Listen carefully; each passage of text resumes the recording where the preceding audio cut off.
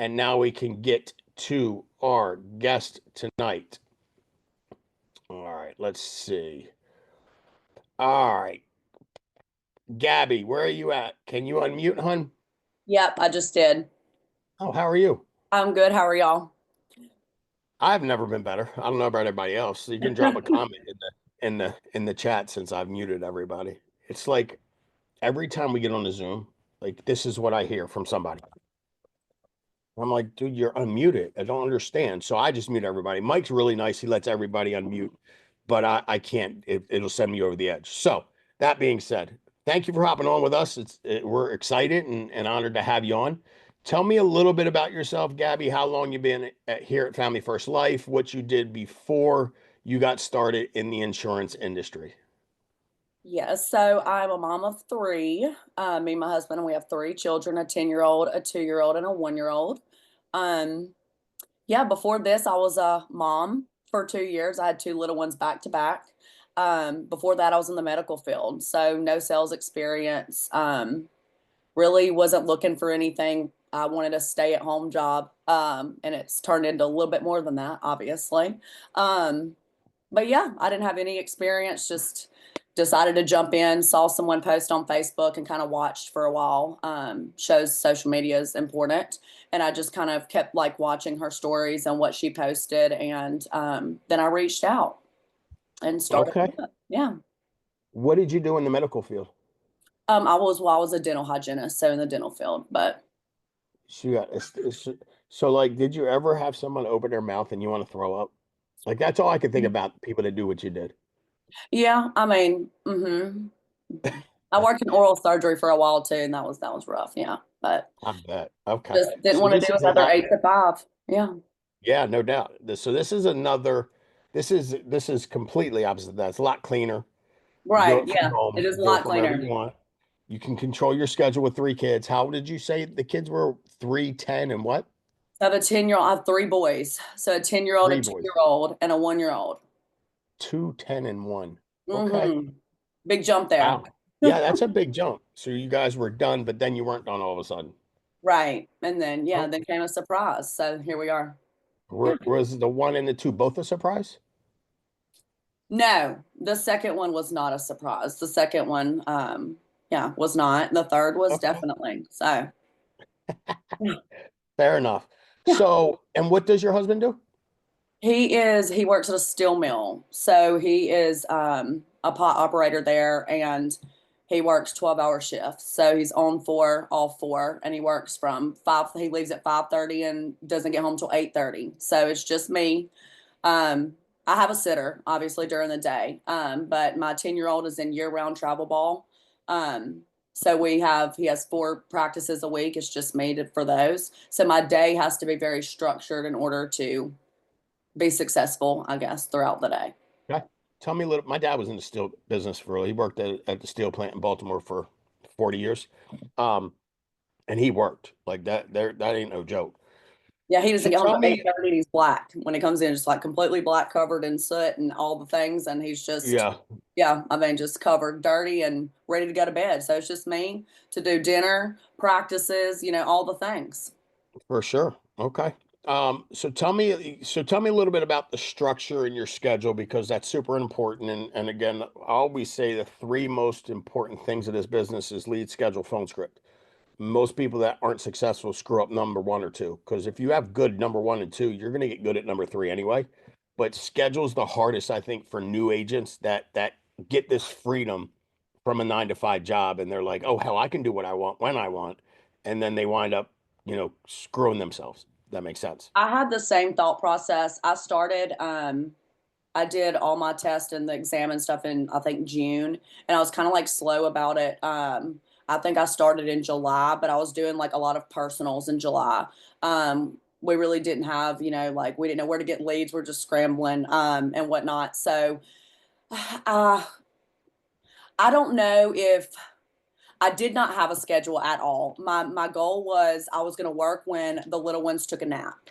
That was what I thought that I was going to do at first. And so there was no schedule like July, August, really. It really wasn't until October 1st, my big month in October, where um, we got someone that was going to, give us a little bit of help as far as like a lead assist. And so I felt like I owed them, my time. And that's really what got me going. I saw what I could do with that, spending that amount of money on leads. And so it took me, you know, feeling like I owed somebody else, I guess, to be there and just show up. And yeah, day to day, obviously I still have kids that are going to always be my number one priority. And if they have doctor's appointments, whatever else, I schedule around that. My sitter gets here at 8:30, some central time. So she gets here at 8:30 and she leaves by 4:30 every day. So when she gets here, I've got the kids fed, get them settled. And I'm usually back in the corner of my bedroom in my office by 9 o'clock, and I start up. If there's any kind of like admin stuff I need to do, um, I do it, that needs to be done right then. And then I start dialing or my appointments by 9:30, and I don't get up until 4:30. I do not leave my desk until 4:30. Yeah. But I think that makes sense. I think a lot of people, when they start, try to do this in their spare time instead of being intentional with it, and then that never works out well. I mean, it really doesn't. No, I feel like if you don't have like when it's all virtual, so like, I'm not in office, we get on Zoom but that's all. I feel like if you don't have a set schedule for yourself, and obviously that can vary, you have a doctor's appointments, or I know, a lot of people have children and lives too, but I don't feel like I could be starting out this strong if I did not like set my schedule and do not vary from it. Like I will call, sometimes it's unrealistic, but like if I am so busy, I have a doctor's appointment, I call and I cancel the doctor's appointment and I reschedule. I mean, it's just a part of it. I know that I only have a set amount of hours that I could work without kids. And so I get what I can done during that time. Um, but obviously I'm not going to not take an appointment if it's after, the time that she's there.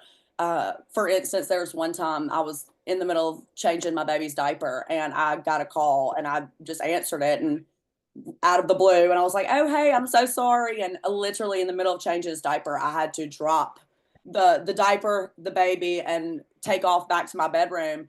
And I know we're being recorded, but my child literally shit in the floor. I mean, I'm sorry, but like literally, like my 10-year-old was watching him, like, thank God for him. And I was like, look, just give me a minute. I'll buy you Fortnite. Like, whatever you need to get, I'll buy. I've got to do this. And so I just make time. If it means putting my kids in the stroller so they'll shut up and ride around at 8 o'clock at night in their stroller, I do it. Um, and just bullcrap the thing until I can get back to my computer.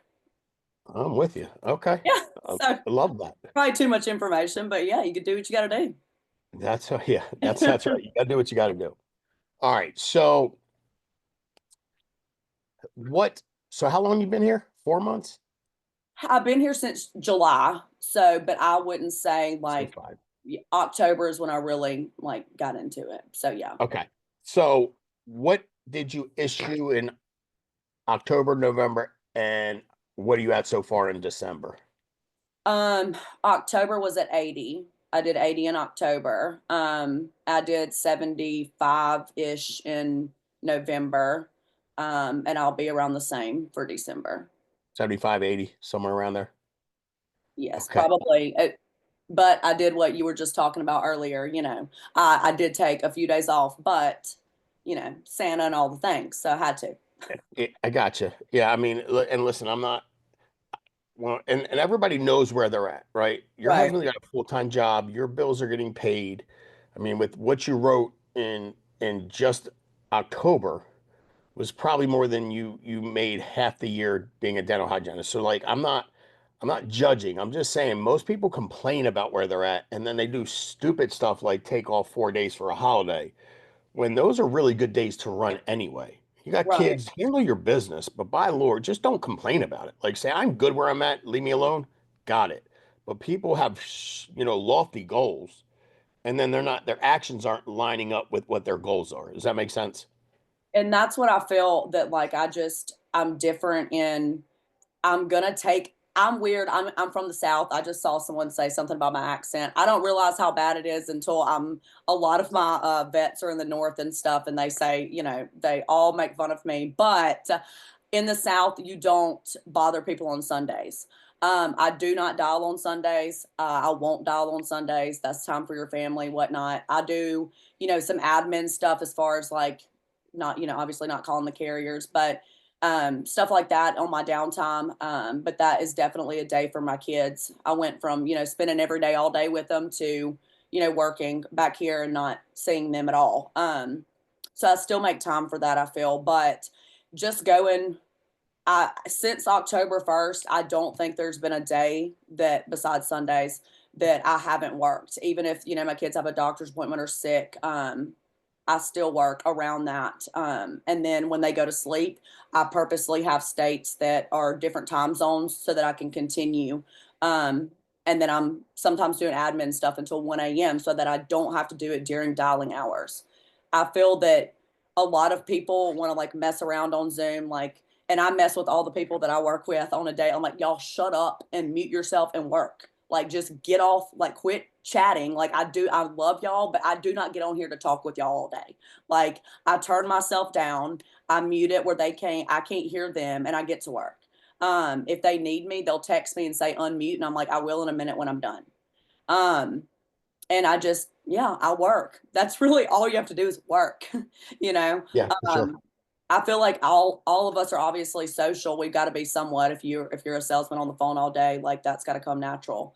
Um, but the structure is like so big for me, I feel. Okay. And I definitely agree. Obviously, in your results, who can disagree with you with the results you're having? Um, I want you to go through a little bit of what you do in the appointment. Um, because what I hear, you have really good persistency, which is a lot of people's biggest fear of this business. And again, like that word is it's strange to me because I'm not afraid of, pardon my friends, I'm not afraid of shit. Like Right. I'm just not. Like you can throw me in the water with sharks, put me somewhere with poisonous snakes. Like I'm just not afraid. Now, I'm not saying that to make y'all feel bad if you're afraid, but the word fear doesn't belong anywhere in business. If that does that make sense? If it's part of what you're feeling, you need to figure that out real quick because it'll screw everything up in a big way. And a lot of people's fear has to deal with chargebacks. So can you talk to me how what you're doing? And again, you've been doing it for 5 months, 4 months, really full, 2 months, 3 months, really 2.5 full time. But you're saying you're not getting a lot of people canceling, and obviously there's a reason for that. Can you kind of give me what your take is on why you are getting people to obviously buy and then keep it? So I know, and some people will agree with this, and some people won't. Everybody has their own opinion about like how long, to take the time with each client. Oh, I got to get off the phone, I got to hurry. Um, I don't. I'll be honest. I don't have very many phone calls that last 15, 20 minutes. Like a lot of mine are. I know sounds crazy, but some of them are an hour. I have even talked to people on the phone for 2 hours. You do what you have to do to make that client comfortable. That's the goal from the beginning. um, I'm very personal. I don't sound like a robot, obviously. Now, in this situation, I do not like to speak in public. Like this is different for me, but I'm very bold. I feel like I start from the very beginning of the presentation very, very bold. Um, but I'm personal in a good way. I actually have, and I think he's on here right now. A vet lead of mine is literally now, he used to do insurance a long time ago, and he's actually working under us too right now. Um, I have people call me all the time, sending me pictures of them on vacation. My clients, like, I guess I'm just personal. That's my number one thing is being personal. I don't just try to scurry off the phone with them and jump to the next one. I took a lot of time. I'm very OCD, so I took a lot of time with like I know y'all use we use Ringy for our CRM, but a lot of time with my dispositions as far as like my missed appointments. I have set texts that go out on certain days, on one day, on 3 days. I really noticed that day three made a big difference. I had a lot of people respond. Life does get busy. I don't feel that all of them just don't show for fun. Um, and I'm very thorough with my follow-ups. If they say, oh, call me back tomorrow. Well, I'm like, okay, I won't let them get off the phone until I schedule a time for them tomorrow. I'm not like, okay, and then just forget, because I will forget. I'm very scatterbrained as well. So everything has to be structure for me. Um, like right now I'm rambling and I'm trying to look and see where I was because there was something I was gonna say. Um, if I'm very detailed in my notes section as well. So like, um, for instance, today, if somebody tells me, the client's like, I'm so sorry, I can't talk right now. Like, I've got to take my dog to the vet. Um, it it broke his leg. And can you call me tomorrow at 3? So I put in my notes, dog got hurt, ask about the dog. And I make sure when I talk to them the next day, I ask them about how their dog is. One of my clients, I haven't talked to them in 3 weeks. They said, please call me in 3 weeks. I'm going on a cruise, and it's like a 2-week cruise. I put that in my notes. So when I talk to them, I ask them, how was y'all's cruise? Did y'all have a good time? I'm just very personal, and I feel like that's how I build relationships with my clients. I also speak on the products link, and probably too much. I probably ramble too much, but I have a lot of my clients tell me, thank you so much for explaining things the way that you did. I haven't ever had someone explain them and break them down the way that you do. Sometimes I even listen back to my phone calls and I'm like, oh my God, I was so annoying. I didn't shut up. But those are the ones that thanked me. Like, no one's ever explained, the different type of products that were available to me. I'm obviously not going to go ramble about to a 78-year-old about a term and an IUL. Like, whatever they can get is what I ramble about. And then we make the decision together. Um, as far as going through like my presentation, I think a big thing that changed for me was my verbiage that I changed starting in October. And I hope I make sense when I say this, but so I don't give any quotes on the front end. So until I get them pre-approved, I do not give them quotes. I don't run a lot of mortgage, okay? So I run vet leads strictly. I've always ran vet leads. Whatever it ends up being, whether it's a term, IUL, or final expense, I don't know until I get there. Um, and the way I structure it is, I don't discuss products until we run through their health. And just based off my knowledge of what we've discussed, then that's when I kind of open it up. When they ask, if they say, I'm just looking for a quote, well, that you can go get a basic, quote off Google. Like, that's not what I'm here for. I'm here to get you locked into something, or at least give you an accurate quote. So I feel like my boldness kind of puts them in their place, especially with vets. I feel like, and that's all I really have to go off of. They like the boldness and to be told what to do in some aspect. But in a nice way, if that makes sense. Yeah, for sure, it makes sense. And And I I didn't, think sorry, I how didn't go what into the no, on you're the fine. no quotes situation. I'll go into that second if you want. Yeah, because we're gonna go kind of go through what you do in an appointment anyway. But I like what you said about writing things down. And Christ, I'm a dinosaur in the business. I was face to face forever, and so but I would write everything down on a piece of paper, and then I would scan it and I would put it in their file with everything we had on them, so that if they call, I knew what their kids' name were, ages, if they went on a cruise or vacation, like that makes people think that you're actually listening to them. Because I've heard a lot of people dial and without, like, y'all ain't paying attention to the client. Like they tell you everything you need to hear and know if you just listen. So that's a huge part of it. And I like also slow down. Like you should not do a telesale in 15 minutes. Period. End of story. It's not going to stick on the books. The biggest issue with people transitioning from face to face to virtual was they couldn't they were pushing through it too fast instead of doing exactly what you would do in a home. Ask them about what they Right. do for work, they're married, their marriage, their kids, their grandkids. Just talk to them, and then they'll tell you all that you need to know to help them with the insurance. I freaking love that. Yeah, and I have a suitability sheet. I still write everything down. I literally have, they say right here in I write every single person down on this suitability sheet and I have them in a file. And I ask them when they're telling me about themselves, like just the personal stuff on the from the beginning. They're telling me multiple things I need to know already in the application. Like when they say, oh, well, I like your accent, blah, blah, blah. I'm actually from so and so. I'm like, oh, okay, so you were born there, right? And then that answers that question. Um, a lot of things like that, go into the application. And I feel that just being personal in general, you're going to get, like you just said, so much of what you need to know right then instead of just robotic. And they just don't like that. I mean, I wouldn't want to give anybody my information like if they sound like they're reading from a script.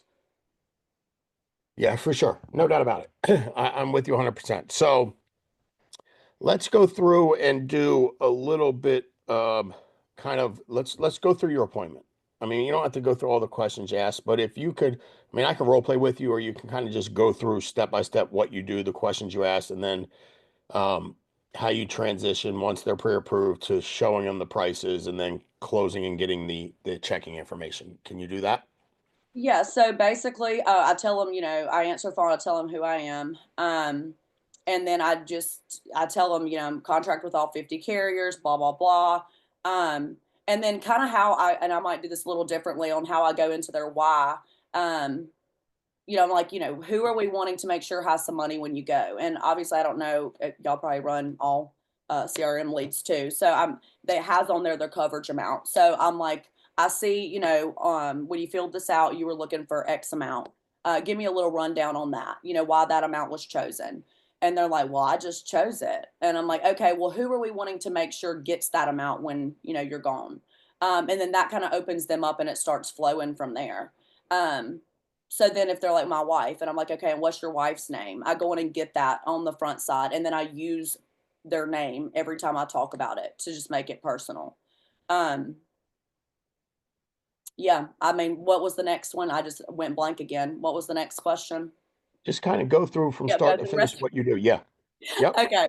So then we just kind of go into it. And then I explain, I talk a little bit of like personal talk with them. And then um I can kind of get a vibe from them if they're like someone who like doesn't understand anything of like what's to offer, especially if they're in a good age range as far as like for an IUL, or anything like that. I don't really hit those again until after I get their help. So I'll just tell them, contract with all 50 carriers, go through the basic parts there, and then I'm like, okay, well, let's, run through some basic health questions. Let's see where you stand as far as your health goes. And then that'll kind of give me um, the products that will be available for you or whatever, whatnot, whatever. Okay. So we go into that. I ask all the health questions.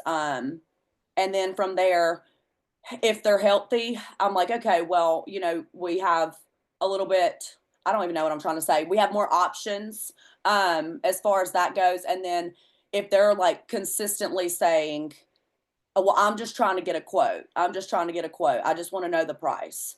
And I'm like, okay, and we're going to get there. But in order for me to give you accurate quotes, I'm going to have to know a little bit about you. And we're going to have to run a pre approval with this carrier because every carrier has a different set of underwriting. Um, so I tell them, I think it's going to be our best bet to start with this company called Americo. Um, I do, I, I do work with Americo and Ethos the most. But I'll start there and I tell them, I give them a rundown of everything we're about to do. So one, I will never talk to them without their spouse. If they're married, I don't talk. And I'm bold from the beginning with that. So if they say, if they're in the grocery store, yeah, I've got some time I can talk. I'm like, no, well, let's make sure that you're not, let's make sure you can talk and you're not driving or anything like that. So I set that stage, I guess, from the beginning. So I make sure that they can't come up with anything on the backside of that. So I go through that with them as far as this is what we're going to do from here. We're going to go on and run this pre-approval, and once we get you approved, we'll be able to open up the prices and we can look at exact numbers.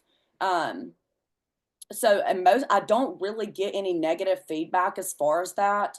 I don't really have an issue with social either. So when I'm opening the application, I go in and put the stuff that I know.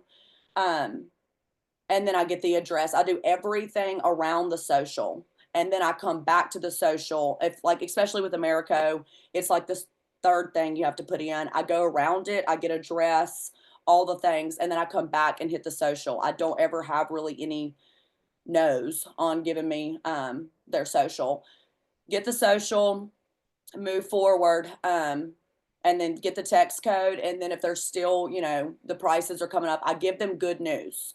So I'm like, okay, so the little, green thing comes up in the corner, underwriting decision has been completed, blah, blah, blah. So I give them good news. I still have yet to give them any type of prices. Um, we got the pre-approval. So now we can go on and go look at these prices for you. So then we jump into, I kind of go what they've sent as far as what they put, 10 to 20,000. And I've already got a rundown of the reason why. So I'm like, okay, let's see what we can get for, X amount. And I just go back on the product, if that makes sense. Cause I know you got to keep going on the application, but then I just come back. And then I tell them exactly what they're going to get. If they tell me, and I don't do a big thing on, and again, some people will agree, some people won't. I don't go in detail on their finances. I feel like I know what I make in a year, me and my husband together. That doesn't mean that I want you to do a bunch of math behind my back and tell me what I can afford. So I don't tell someone what they can afford based off their income. I kind of get an idea of what they want to spend as far as like what their budget is. If they say their budget's 200, I tell them what they can get for 199, and that's what I close for every single time. If they say I don't really have a budget, I don't know what anything costs, then I kind of start in the middle. If they're wanting 10 to 40,000 or 10 to 20,000, I'll tell them what they can get for 15. Um, and yeah, that's just kind of how I do it. It works for me. Well, it's definitely working. That's for sure. Um, let's see. I wrote down some I'm stuff. sorry, y'all. I'm kind of everywhere. Just bear with me. Like I'll answer questions. I don't know if I'm supposed to like answer these questions like right now or if we'll have time to do that. No, we'll get to them. But I do think I love a few things you did that I really like. One, when people are asking you for the quote, you're staying in control, going like, I'm going to do it this way. It's so I need to get through this before I give you a quote, or it doesn't even make sense. It's like if I came to the dentist and said, hey, can you drill this tooth? I have a cavity. You go, I need to see if it's actually a cavity, or do we need to do a root canal? Like they don't just start drilling.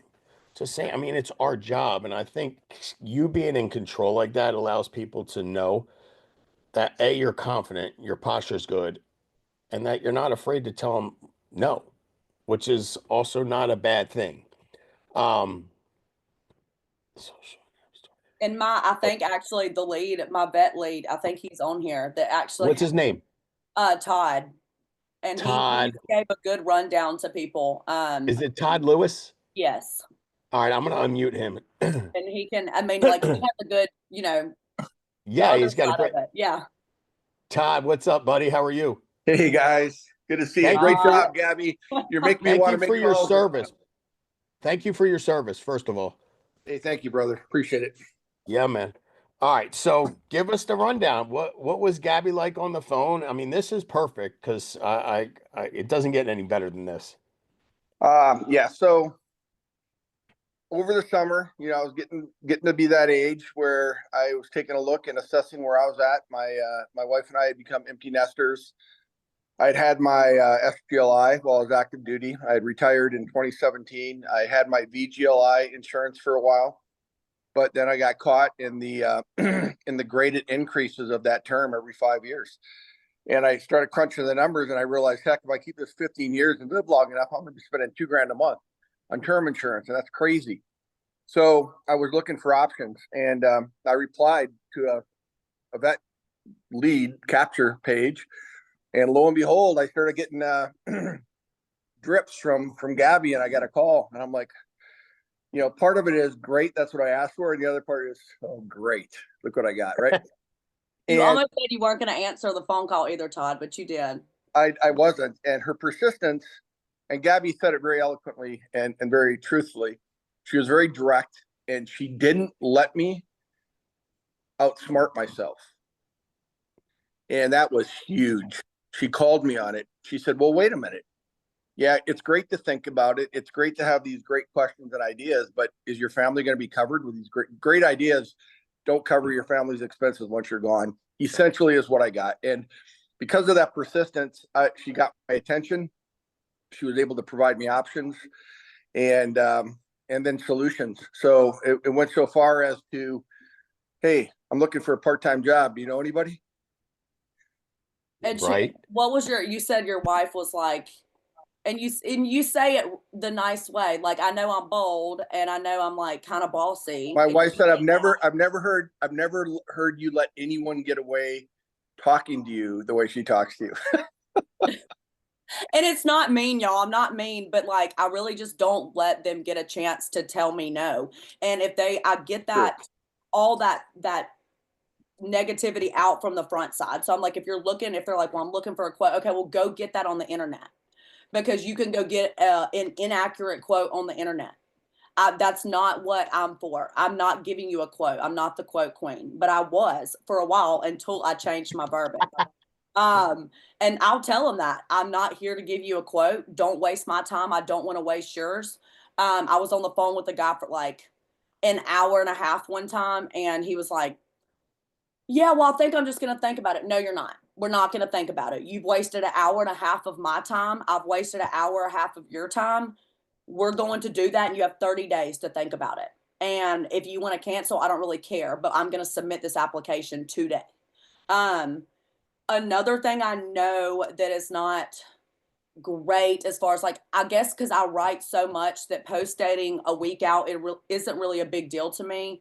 If it's going to be between not closing it or post dating it out a week, I'm going to do post date.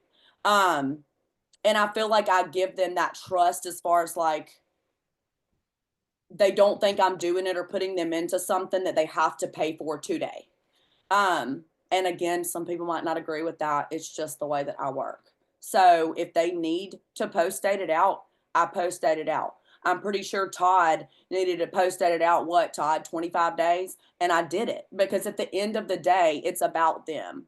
The commission's great, but if you don't form a relationship, like somewhat of a relationship with them, and if I can do 80 families in a month, then I can remember every single client I have. And I'm young, I'm 30, but I can still remember, like, just from our conversations, I can remember each of them. Um, and I don't know. I I just do. work and I talk too much, y'all. I just talk a lot. Well, that's Let a good probably word hence the in. reason for the hour and a half long appointments, but it's not necessarily a bad thing. Todd, I want to ask you this, because this is what I feel is super important in this whole process.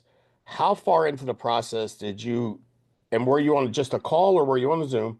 First question. Second question, how far into the appointment did you feel that you had enough trust in Gabbie to do what was right, and what she was offering you and advising you to take was right for your family?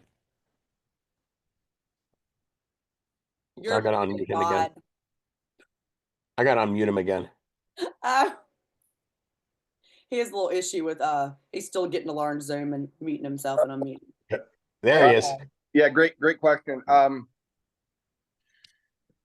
This wasn't, she didn't say this in the moment. This came after I had made the commitment, but when I heard it, it summarized how I felt, or how Gabbie presented it to me. And that was the only insurance that's important to your family when you die is the insurance that's in place that you have. And I had danced around various products. I told you, with my VGLI, etc. I'd had some policies I had written, I had let go for 3 or 4 or 5 months. Then I stopped paying them. And she was able to express to me the importance of having something when you die is better than thinking about having everything. And so I would say probably after the third conversation, when I realized that she was all in, You know, she put me on, I didn't know at the time the strategy behind it, but I was on that like 3 calls in a row type thing, you know, or 2 calls in a row. Cause I was like gone somewhere, and I had like sent it the voicemail the first time I was out doing something, and I saw I was there. I'm like, and I sent it.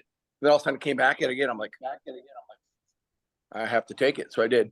And when I realized that she was persistent and she cared, but the reason why she cared was I was going to have coverage and my family was going to be covered. That's when it was. And it was probably after like the third contact. Yeah, we had to. Now ours was kind of drawn out. So like his was a, a kind of a more in-depth built out IUL that we had to do. Sure. So those I don't rush those. Especially if like that is when I do those for them, and like I'm like, okay, we're gonna, do this, this appointment, our next appointment, we'll do this, and this. I do 2 appointments when it comes to like built out IULs, like or in-depth cash value geared, anything like that, I do too. I don't just try to rush through those. Now, like a final expense one, yeah, I can get done. Todd listened to me earlier. And that was probably the quickest. That was what, like 20 minutes? 20 minutes And start to that one finish. was quick. And I told Todd, I said, look, that's not normal for me. I don't usually close that quick. But I close, even though I take hours long, like they're big. I don't really have a lot that I do under my normal is like anywhere from $150 to $300 a month.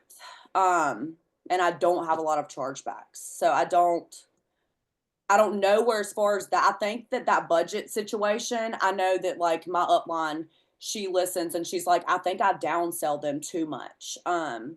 But it's in those vets that you're stern and you're bold, but then you give them a little bit of, what's the word? You give them a little bit of, what is the word? Give them a little bit of like being like the boss or whatever when you give them. Oh, it's yeah. Right. Yeah, very, Letting them direct. think that they're making the decision. Right. Whenever I'm like, okay, do we have a budget in mind? And some people will be like, no, I don't know what insurance costs. Or some are like, yeah, I mean, I really don't want to spend over $130. And again, I close them for 129 or 132 or 131. Like I do not go past, I tell them what they can get for what they want to spend, and that's what I do. And then, like I've had really big ones too, though. I did a $1,500 a month one last week, a $1,000 a month one a couple weeks before that. And those are ones that I really got to know. I don't know what these people do before I talk to them. I treat everyone the same, and I mean, at this point, we all make jokes about it, but I mean, one of them, my big one was a, aircraft mechanic for Southwest. I get free flights everywhere I go now. Because I mean, like I literally flew to Denver for free. I do this for free. I'm like, it's not because like I'm being any type of way. It's because they trust me. And then I've had another one that owned an entire business. He was put in a term that he shouldn't have been in just for the commission part. So I put him in the right thing. Little did I know he owned an entire business and brought me every single one of his workers. So it's really just about like, you never know what this person is going to have to offer outside of them. That's just one lead. And you could get 7 off of that one lead as long as you like act like you give a shit, For sure. And I think it speaks volumes because he said he wasn't really sure until after he hung up, after he already committed, which is where a lot of people cancel, by the way. Like they like you on the phone, but then after they go back and replay that conversation in their head, something about what you said or how you said it, they didn't like or trust, so they cancel. And I think that speaks volumes to spending a little bit of extra time getting to know your customer, talking to them, making them feel comfortable with you, and the rest is history. I'm going to get to a couple questions, then we're going to wrap up at 6:57. What do you say to the objection when people say they can't afford it? Well, if they already have something in place, I don't try to waste I just don't try to waste my time. If they can't afford it, they can't afford it, y'all. Like they're just going to cancel. I would rather not do anything with it than get a charge back. I know that's like really out there, but if they don't have any coverage at all, I'm like, okay, well, my job isn't to get you the most. I need to literally get you what you can afford. So let's be realistic. You have nothing. $5,000 or $10,000 of coverage is better than nothing. So what can you afford? If you can't afford anything, what can you afford? You filled out this form, so you were interested in it. So let's get it for what you can afford. We can go all the way down to 5,000. Can you afford what you can get for 5,000? And I'm just very, very, very bold about it. Yeah. And then Did I answer your question? Yes, you did. And not wasting time is also a good answer to that. Like I'm not they knew when they filled it out that nothing's free. Like stop. Can we Right. just knock it off? And if they try to say like, oh, well, the ad said this and this, I shut that down. I'm like, I don't know what the ad said. I'm not on the media side, but I'm the one that's actually going to get shit done. So either listen to me and this is how it's going to go, or just get back up, go fill out another ad. Get shit done. I like Yeah. it. I mean, it's just like, I don't have, like, I told the guy, had a guy yesterday, just closed him for an IUL for like 500 something dollars yesterday. He had talked to 8 agents in a week. And he told me that on the front end. He said, look, you're the 8th person. I said, well, see, I'm not about to talk to you and tell you it's going to be the same shit all these people have told you. It's going to be the same thing. We all do the same thing. So why are you waiting? And he said it was to rapport. It was like to fill out who he felt connected with. And he said it sucks that everything is done on the phone most of, the time now. So I'm going to get a feel. And if that means talking to 10 people, then that's what I'll do. And I said, well, you're not going to have to go past me because we're going to get it done today. I was like, so what do you want to know? And I'll tell you anything you want to know. We talked for 2.5 hours. A long conversation. Called me back today. But I put the application in. And That's right. so he wouldn't give anybody else his information. And I was like, well, we're going to do it today. The only thing that they can say is no. If the carrier says no, we'll jump to the next one, but you're going to keep getting quotes. And for what? Waste of time. Right. So let's Waste do of it. time. Yeah. All right. Last question. What is your lead spend a week? Yeah. I guess whatever, the 1,300, whatever. I get Mike's lead. So what I get the 50. And I wouldn't, if it wasn't his, if it was somebody else's leads, I'd probably get like 100, but the quality of these are just different. So I don't overwhelm myself. I make sure that I can work those. And as far as my leads with him, like it's not an option. So it doesn't matter if my child was sick and I had to take him to the hospital and I couldn't work for 3 days. Like my subscription isn't cutting off. Like it's a part of my weekly bills. I don't have that option to cut it off and to milk those leads for another week. So my lead subscription stays on every week. So I get 50 of Mike's leads a week. And All it's right. Somebody's asking, what's this website for that? CRM Center. Can you type it in the chat? Yeah. Is Mike on here? He was supposed to make me. He was supposed to make you what? Where is he? Is he on here? Yeah, he was supposed to make me a link to send to people. Oh, okay. He's I know he's sick. Came down with the vid. Yeah. So he's probably laying in bed right now. Let me see if I can like send it. I'm gonna give her her own link. That way it's not all confusing like it is. But I'll create it for her. Okay, there you go. Can y'all get it to these people? So okay, yeah. Yeah, Jesse just put it in there. All right. So Gabbie, thank you so much for sharing with us. I greatly appreciate it. I think what you're doing is amazing. Keep doing what you're doing. Thank you. And I'm excited to see what you do in 2025. The sky's the limit for you. Let's hope. If anybody ever needs, I know I ramble, but if anyone has any like certain questions or anything like that, just like look me up I'll chit chat it up with you. Let you know all the things. Yeah. Appreciate you so much. And Todd, thank you for hopping on and sharing with us again. Thank you for your service. Guys, happy new year to everybody. Be safe. Hope you guys have a wonderful day doing what you guys do with your family. And we will see you back at it well, I'll be working on Wednesday. I don't know about y'all, but I'll see you back definitely Thursday on the SRS call. So Gabbie, thanks again. Appreciate you, hun. Thanks, guys. Take care. Love y'all. Bye. Bye.